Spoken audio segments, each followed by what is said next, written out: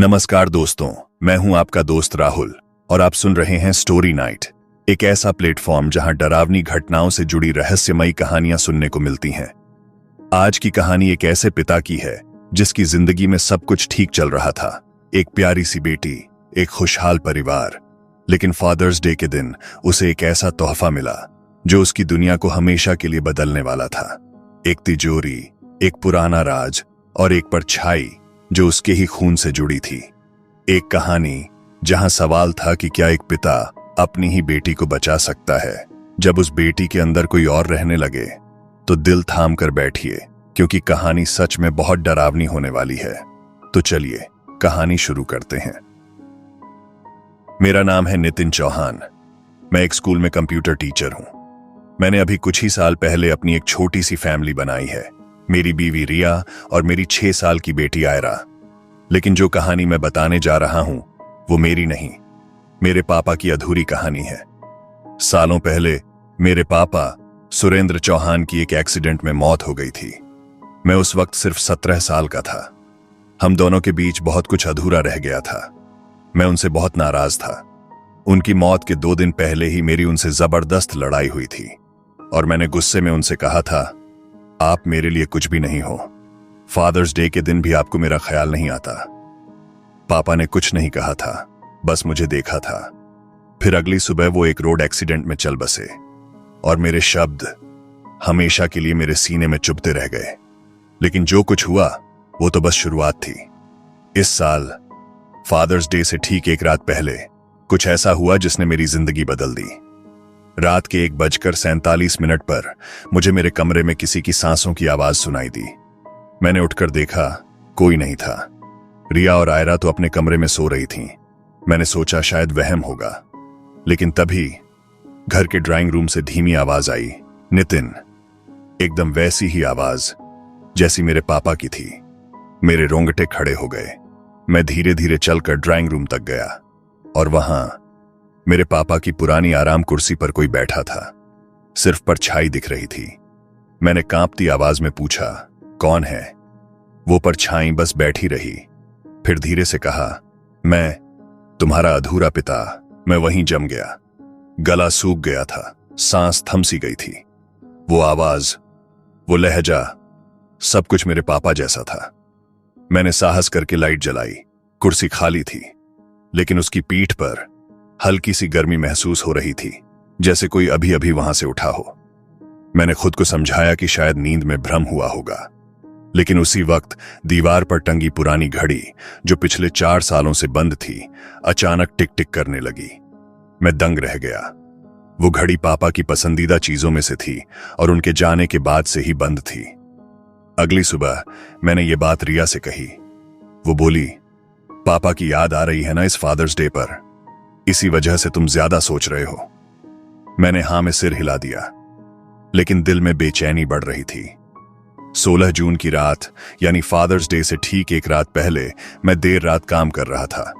तभी मेरी बेटी आयरा नींद में डरते हुए मेरे कमरे में आई। उसके चेहरे पर डर साफ दिख रहा था। मैंने उसे गोद में उठाकर पूछा, क्या हुआ बेटा? वो बोली, डैडी, उस अंकल ने कहा था कि मम्मी को मत उठाना, बस तुमसे बात करनी है। मैं चौंका, कौन अंकल? आयरा ने इशारा किया, वो जो ड्राइंग रूम में बैठते हैं, जो कहते हैं वो तुम्हारे पापा हैं। मेरे हाथ से गिलास गिर गया। आयरा कभी मेरे पापा से नहीं मिली थी, कभी भी नहीं। और वो कुर्सी, आयरा को उसके बारे में कैसे पता? मैंने तुरंत जाकर ड्राइंग रूम की लाइट जलाई और वहीं कुर्सी पर एक पुरानी चीज रखी मिली, पापा की डायरी, जो उनके जाने के बाद कभी नहीं मिली थी। हम सब ने खोज ली थी, लेकिन वो नहीं मिली। मैंने कांपते हाथों से डायरी खोली। पहला पन्ना नया लिखा हुआ था। तारीख थी 16 जून 2025, जबकि पापा की मौत को 13 साल हो चुके थे। उस पन्ने पर लिखा था, माफ करना बेटा, मुझे जाना पड़ा, उस वक्त बहुत कुछ कह नहीं पाया। अब हर साल इस दिन तुम्हें देखने आता हूं, लेकिन अब वक्त आ गया है तुम्हें एक बात बताने का, एक ऐसा सच जो कभी कहा नहीं गया। मैंने जो किया था वो एक राज था और अब तुम्हें वो जानना होगा, वरना ये कुर्सी अब तुम्हारे खून की प्यासी हो जाएगी। मैंने डर के मारे डायरी फेंक दी, लेकिन तभी कुर्सी खुद ब खुद हिलने लगी। कोई था वहां, कोई जो दिखता नहीं था पर मौजूद था। आयरा मेरे पीछे खड़ी थी और बोली, डैडी। वो अब बहुत गुस्से में है। मैं घबरा चुका था। एक तरफ मेरी बेटी जिसे कुछ अजीब चीजें साफ दिख रही थीं, दूसरी तरफ मेरे पापा की डायरी जिसमें वो बातें लिखी थीं जो कभी लिखी ही नहीं जानी चाहिए थीं। मैंने खुद को समेटा और डायरी का अगला पन्ना खोला। दूसरे पन्ने पर लिखा था 17 जून 2011। मैंने उसे छुपा दिया है। जिस दिन ये कुर्सी किसी और को पहचान लेगी वो भी मरेगा, पर अगर वो मेरा बेटा निकला तो उसे सब सच बताना होगा, वरना सब कुछ खत्म हो जाएगा। उसे छुपा दिया है। किसे छुपाया था पापा ने, और क्यों? मेरे दिमाग में सवालों की आंधी चलने लगी। मैं डायरी को फिर से पढ़ने ही वाला था कि अचानक से घर की सारी लाइट्स बंद हो गईं।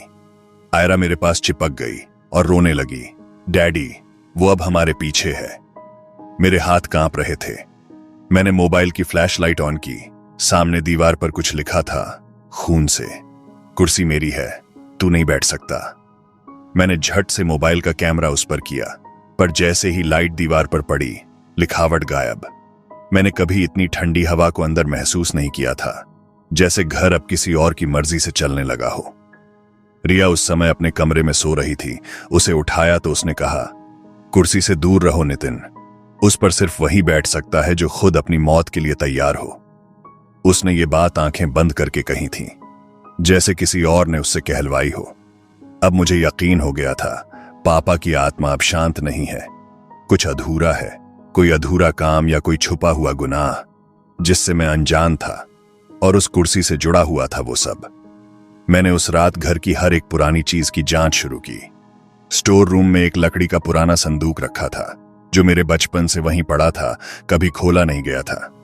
मैंने जैसे ही उसे खोलना शुरू किया, अंदर से सड़ी हुई चीजों की बदबू आने लगी। लेकिन जब पूरा खोला तो अंदर कुछ ऐसा था जिससे मेरे होश उड़ गए। एक पुराना वीडियो कैमरा और एक टेप पर लिखा था, final footage, father's last truth. मैंने कांपते हाथों से वो वीडियो टेप प्लेयर में डाली। स्क्रीन झिलमिलाई, आवाजें टूटी फूटी थीं। लेकिन जैसे जैसे वीडियो साफ हुआ, मेरे पापा कैमरे के सामने बैठे थे। वो थके हुए, डरे हुए और हड़बड़ाए हुए लग रहे थे। उनकी आंखों में वही गहराई थी, जैसे कुछ ऐसा देख लिया हो जो इंसानों के देखने लायक ना हो। पापा कैमरे की तरफ देखकर बोले, अगर नितिन ये वीडियो देख रहा है तो इसका मतलब है कि मैं अब इस दुनिया में नहीं हूं। बेटा, ये कोई साधारण कुर्सी नहीं है। इस पर तेरे दादा बैठे थे, फिर मैं बैठा, और अब ये तुझे बुला रही है। पर बैठना मत, क्योंकि ये कुर्सी रक्त पहचानती है और वो लहू मांगती है जो पाप से निकला हो। तेरे दादा ने एक गलती की थी जिसे छुपाने के लिए मैंने एक और पाप किया। मैंने एक मासूम की जान ली थी। इस कुर्सी को शांत करने के लिए मैं वहीं जम गया। मेरे पापा, एक मासूम की हत्या। वीडियो आगे बढ़ा। मैं जानता हूं तू मुझसे नफरत करेगा, पर अगर तूने डायरी पढ़ ली है और ये टेप देख रहा है तो अब वक्त आ गया है सच जानने का।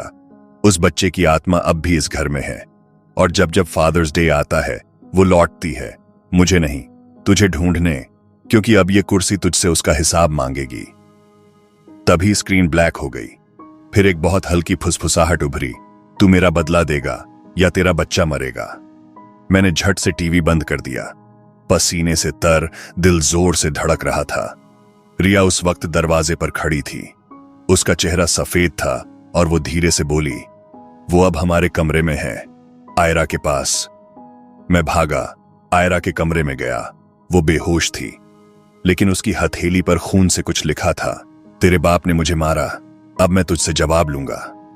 मैंने आयरा को गोद में उठाया और रिया से कहा, तुम उसके पास ही रहना, मैं नीचे जा रहा हूं, मुझे उस कुर्सी से बात करनी है। रिया डर से कांप रही थी। पागल हो गए हो नितिन, वो कुर्सी नहीं, एक जिंदा सांप है। पर अब रुकने का कोई फायदा नहीं था। मैंने सीढ़ियां उतरते हुए महसूस किया, हर दीवार, हर परछाई जैसे मुझे घूर रही हो, जैसे मैं नहीं, कोई और मुझे वहां खींच रहा था। मैं हॉल में पहुंचा, जहां वो पुरानी लाल रंग की लकड़ी की कुर्सी रखी थी। कमरे में अंधेरा था, बस खिड़की से आती हल्की चांदनी उस कुर्सी पर पड़ रही थी, और कुर्सी अपने आप घूमकर मेरी तरफ मुड़ चुकी थी। मेरे कदम रुक गए। मैंने ठंडी सांस खींची और सीधा कुर्सी की ओर बढ़ा। अगर तू सच में है तो सामने आ, मैंने कहा। तभी कमरे की हवा और भारी हो गई। दीवार की घड़ी उल्टा चलने लगी और मेरे पीछे से एक बच्चे की रोने की आवाज आई। मैंने पलट कर देखा। एक 6 से 7 साल का लड़का, बिल्कुल गीला, बदन से मिट्टी चिपकी हुई, आंखें काली और गहरी। वो धीरे धीरे मुझसे कह रहा था, तू उसका बेटा है ना, जो मुझे जिंदा जमीन में गाड़ आया था। मेरी सांसें थम गईं। तेरा नाम क्या है? मैंने डरते हुए पूछा। राघव, उसने कहा। तेरे बाप ने मुझे कुर्सी के नीचे वाली जमीन में गाड़ दिया था क्योंकि मैंने उस कुर्सी को छू लिया था और उसने मुझसे भी बात की थी। अब टुकड़े जोड़ने लगे। पापा ने उस आत्मा को कुर्सी से हटाने के लिए एक बच्चा बलि चढ़ाया था, पर वो आत्मा नहीं मरी। वो अब भी यहीं है, कुर्सी में नहीं, उस बच्चे के भीतर। वो बच्चा जो अब किसी को माफ नहीं करता। अब क्या चाहिए तुझे? मैंने कांपती आवाज में पूछा। राघव मुस्कुराया, एक अजीब डरावनी मुस्कान। तेरा खून नहीं, तेरी बेटी की मासूमियत चाहिए। वो कुर्सी अब उसे पहचान चुकी है। नहीं, मैंने चिल्लाते हुए कहा। पर तभी घर की सारी लाइट्स जलीं और बुझ गईं और ऊपर से आयरा की चीख सुनाई दी, डैडी। वो मेरे बाल पकड़ रहा है। मैं पागलों की तरह दौड़कर ऊपर पहुंचा। कमरे का दरवाजा अपने आप बंद हो चुका था। अंदर से रिया की आवाज आ रही थी, नितिन, वो उसे ले जा रहा है। मैंने दरवाजा तोड़ा और जो देखा उसने मेरी रूह को जलाकर रख दिया। मैंने दरवाजा तोड़ा, दरवाजा जमीन पर गिरा और धूल का गुब्बार पूरे कमरे में फैल गया। रिया कोने में दीवार से चिपकी हुई थी। उसकी आंखें फटी हुई थीं और बीच कमरे में आयरा हवा में लटकी हुई थी। उसके दोनों पैर जमीन से ऊपर थे, जैसे किसी ने उसकी गर्दन से पकड़कर उसे ऊपर उठा रखा हो। लेकिन वहां कोई नहीं था, सिर्फ कुर्सी कमरे के कोने में थी और वो कुर्सी धीरे धीरे आगे सरक रही थी, अपने आप। छोड़ दे मेरी बेटी को, मैं चिल्लाया और दौड़कर आयरा को पकड़ने की कोशिश की। पर जैसे ही मैंने उसे छूने की कोशिश की, एक भयानक ठंडी लहर मेरे शरीर से गुजर गई और मैं जमीन पर गिर पड़ा। मेरे कानों में वही आवाज गूंज रही थी, ये मासूम है, पर तू नहीं। तेरे खून में वही पाप बहता है जो तेरे बाप के अंदर था। अब इसकी सजा मिलेगी। रिया चिल्ला रही थी, रो रही थी, नितिन कुछ करो, आयरा मर जाएगी, कुछ करो ना। और फिर एकदम अचानक वो सब शांत हो गया। आयरा नीचे गिर गई लेकिन बेहोश थी। कुर्सी अपनी जगह लौट गई और कमरे में गहराता सन्नाटा छा गया। मैं आयरा को गोद में उठाकर नीचे लाया। रिया कांप रही थी, पर वो पानी लाने भागी। मैंने अपनी बेटी का चेहरा देखा। उसकी आंखें अब भी बंद थीं, लेकिन होंठों पर एक अजीब सी मुस्कान थी। रिया बोली, अब क्या करोगे नितिन? वो तो अब भी इसी घर में है। मैंने धीरे से कहा, मैं अब सब कुछ जान चुका हूं। अब उस जमीन को खोदना पड़ेगा जहां उस मासूम राघव को गाड़ा गया था। मैं अगले ही पल खुरपी और कुदाल लेकर नीचे गया। घर के पिछवाड़े, जहां बरसों से कोई नहीं गया था, एक पुराना सूखा नीम का पेड़ था। पापा ने उसी के नीचे उसे गाड़ा था। उस कुर्सी को भी वहीं से लाया गया था। मैंने जमीन खोदनी शुरू की। पहली परत सूखी मिट्टी की थी, दूसरी परत में सड़ांध की गंध थी और तीसरी परत में एक बच्चे की हड्डियां थीं और उनके साथ एक लाल रिबन, वही जो आयरा अपने बालों में बांधा करती थी। मुझे समझ आ गया, वो आत्मा अब सिर्फ बदला नहीं चाहती, वो नया शरीर ढूंढ रही थी और उसे आयरा मिल गई थी। मैंने हड्डियां उठाई, एक कपड़े में लपेटकर धीरे से हाथ जोड़े। माफ कर दे राघव, तुझसे जो हुआ वो तू डिजर्व नहीं करता था, पर मेरी बेटी का क्या कसूर है? तभी हवा का एक जोरदार झोंका आया और पेड़ की सबसे ऊंची शाखा से एक आवाज आई, तू भी वही करेगा जो तेरा बाप करता था। अब मुझे शांति चाहिए नहीं, बदला चाहिए। मैंने हाथों से मिट्टी हटाई और नीचे एक और चीज मिली, एक पुरानी लोहे की तिजोरी जिस पर काले रंग से कुछ खुदा हुआ था। मैंने पास जाकर साफ किया और जो लिखा था वो पढ़कर मेरी रूह कांप उठी। जिसने इस तिजोरी को खोला उसकी औलाद उसकी नहीं रहेगी। रिया ने तभी पीछे से आकर मेरी पीठ पर हाथ रखा। नितिन, आयरा उठ गई है, लेकिन उसकी आंखें कुछ और ही कह रही हैं। मैं सब छोड़कर भागा। जब मैं ऊपर पहुंचा, आयरा कमरे के बीच खड़ी थी, लेकिन उसके होंठों पर अब वो मासूम मुस्कान नहीं थी। उसकी आंखें लाल थीं और उसकी आवाज, पापा, क्या तुम भी मुझे मिट्टी में दबा दोगे जैसे तुम्हारे पापा ने किया था? रिया डर के मारे पीछे हट गई और मैं ठहर गया। आयरा, क्या हुआ है तुम्हें? उसने कुर्सी की ओर इशारा किया। मैंने उससे बात की है। उसने मुझे राघव की यादें दिखाई और वो सब कुछ बताया जो तुमने छुपाया है। मैं घुटनों पर बैठ गया। बेटा, मैंने कुछ नहीं छुपाया। मुझे तो अब पता चला है, लेकिन अब बहुत देर हो चुकी थी। आयरा के बदन पर गहरे नीले निशान उभर आए थे, जैसे कोई बाहर से नहीं, अंदर से उसकी रगें खींच रहा हो। तभी कुर्सी अचानक हवा में उठ गई और सीधा आयरा की ओर बढ़ने लगी। रिया ने चिल्लाते हुए उसे खींचा। नहीं, मेरी बेटी को छोड़ दो। पर कुर्सी ने उसे दीवार से फेंक मारा। मैं दौड़ पड़ा आयरा की तरफ। आयरा अब बोल नहीं रही थी, बस मुस्कुरा रही थी, और कुर्सी उसके ठीक पीछे आकर रुक गई। उसके पीछे खड़ी एक छाया दिखी, बिल्कुल वैसी जैसे राघव की थी, पर अब बड़ी हो गई थी। उसने कहा, अब वो मेरी है और तुम सब भी जल्द मेरी हो जाओगे। मैंने आयरा को जमीन पर लिटाया। उसका चेहरा अब भी मुस्कुरा रहा था, लेकिन आंखें, वो अब मेरी बेटी की आंखें नहीं थीं। रिया दीवार के पास दर्द से कराह रही थी। उसका सिर फट गया था, खून बह रहा था। रिया, तुम ठीक हो? उसने धीरे से सिर हिलाया। आयरा, उसे बचा लो नितिन, वो अब भी तुम्हारी बेटी है, अभी भी समय है। मैं भागकर नीचे गया। वो तिजोरी जो नीम के पेड़ के नीचे मिली थी, उसी में कुछ रहस्य छुपा था।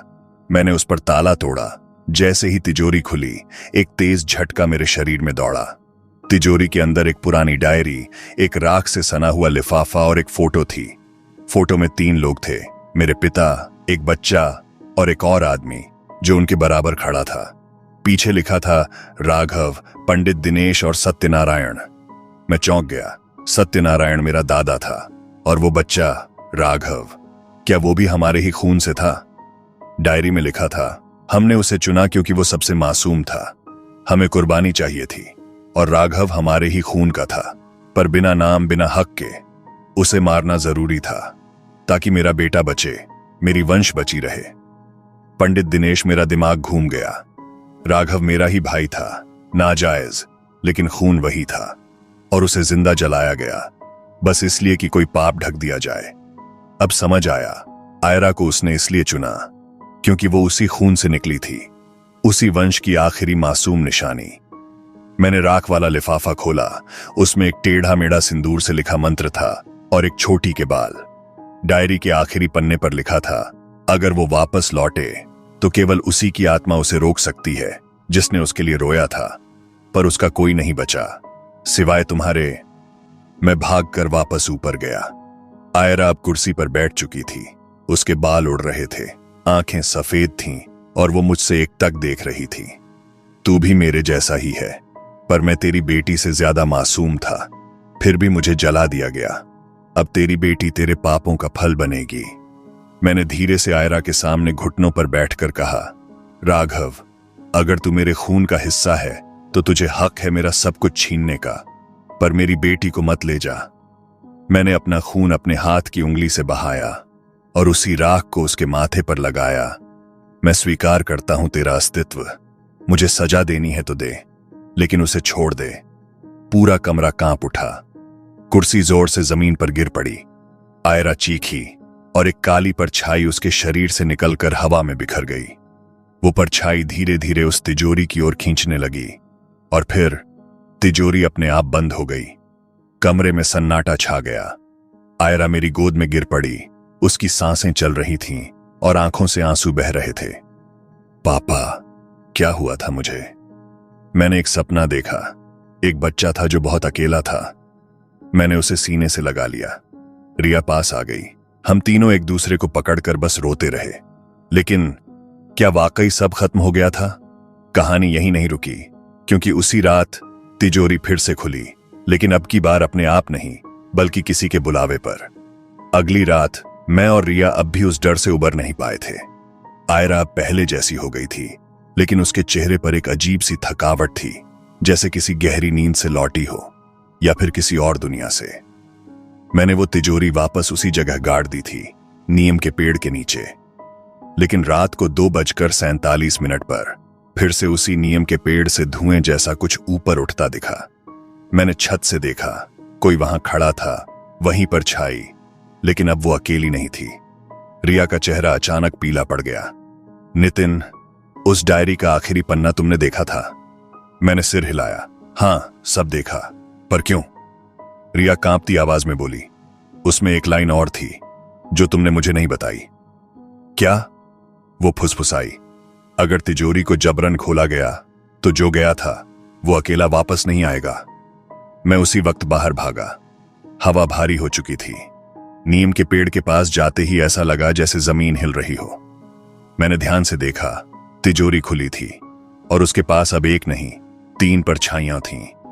एक बच्चा, राघव, एक बूढ़ा आदमी, शायद पंडित दिनेश, और एक तीसरी परछाई जो सीधा मेरी ओर देख रही थी।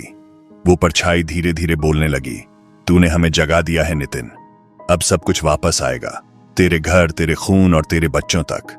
हम सिर्फ राघव नहीं हैं, हम वो सब हैं जिन्हें कभी आवाज नहीं दी गई, अब आवाज लेंगे। चीख के साथ मकान की खिड़कियां खुद ब खुद खुलने लगी। सीढ़ियों पर किसी के दौड़ने की आवाज आई। आयरा के कमरे से जोर की चीख निकली। मैं भागकर ऊपर पहुंचा। कमरा खाली था, लेकिन उसकी दीवार पर खून से लिखा था, मैं अकेला नहीं हूं, अब आयरा भी हमारे साथ है। रिया बेहोश हो चुकी थी। मैं समझ नहीं पाया ये सब दोबारा क्यों हो रहा है। क्या मेरी माफी काफी नहीं थी, या फिर अब यह बदला सिर्फ राघव का नहीं, किसी और का भी है। मैंने उसी रात डायरी की हर एक लाइन फिर से पढ़ी और आखिरी पन्ने के कोने में बहुत हल्के अक्षरों में कुछ और लिखा था, अगर तीसरी आत्मा जाग जाए तो सिर्फ खून का खून ही उसे बांध सकता है। अब मेरे पास 2 रास्ते थे, या तो सब छोड़कर भाग जाऊं, या फिर एक बार फिर उसी वंश की रेखा में उतरूं और ढूंढूं वो तीसरी आत्मा कौन है। क्योंकि अगर मैं ना पहुंचा तो अगली बार वो सिर्फ आयरा को नहीं लेंगे, हम सबको ले जाएंगे। अगली सुबह घर में अजीब सन्नाटा था। रिया अब तक नहीं जगी थी और आयरा का कोई सुराग नहीं। मैंने पूरे घर को छान मारा, छत, बेसमेंट, पिछवाड़ा, लेकिन आयरा जैसे हवा में गायब हो गई थी। तभी अचानक मुझे ध्यान आया, पंडित दिनेश का घर। वो आखिरी कड़ी था इस रहस्य की, जिसने वो तिजोरी बंद की थी, जिसने उस आत्मा को पहली बार बांधा था। मैं उसी वक्त पहुंचा उस खंडहरनुमा मकान पर। दरवाजा टूटा हुआ था, अंदर घुप अंधेरा, धूल और पुरानी हड्डियों की बू। लेकिन बीच कमरे में रखा था एक बक्सा, और उस बक्से में पड़ी थी राघव की फोटो, आयरा की किताब और मेरी डायरी। किसने रखी थी ये सब यहां? तभी पीछे से आवाज आई, तू आ ही गया। मैं मुड़ा। पंडित दिनेश खड़ा था, लेकिन अब वैसा नहीं था जैसा मैंने देखा था। उसकी आंखें पूरी काली थीं और शरीर आधा जल चुका था, जैसे किसी ने जिंदा जलाया हो। तूने जिस आत्मा को छेड़ा है वो अब सिर्फ राघव नहीं रहा, वो अब वह बन गया है जिसे तेरे पूर्वजों ने कभी जिंदा गाड़ा था, और उसे नाम दिया गया था बाबा नरहरि। बाबा नरहरि। मैंने नाम दोहराया और जैसे ही बोला कमरे की दीवारें हिलने लगीं। दिनेश चिल्लाया, उसका नाम मत लेना, वो सुनता है, और जब उसका नाम कोई ले लेता है तो वो उसी के खून से बंध जाता है। मैंने घबराकर बक्सा उठाया और भागा, लेकिन बाहर निकलते ही सामने खड़ी थी आयरा। उसकी आंखें सुनी थीं, शरीर पर मिट्टी और बाल उलझे हुए। मैं भागकर उसके पास गया। आयरा, तुम ठीक हो?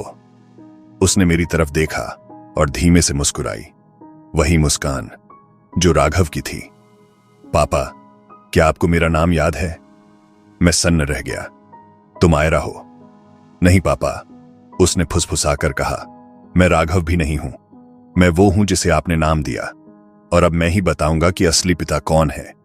तुम्हारा खून मेरे नाम से बंध चुका है, अब जो होगा वो केवल तुम्हारी बेटी नहीं, तुमसे भी लिया जाएगा।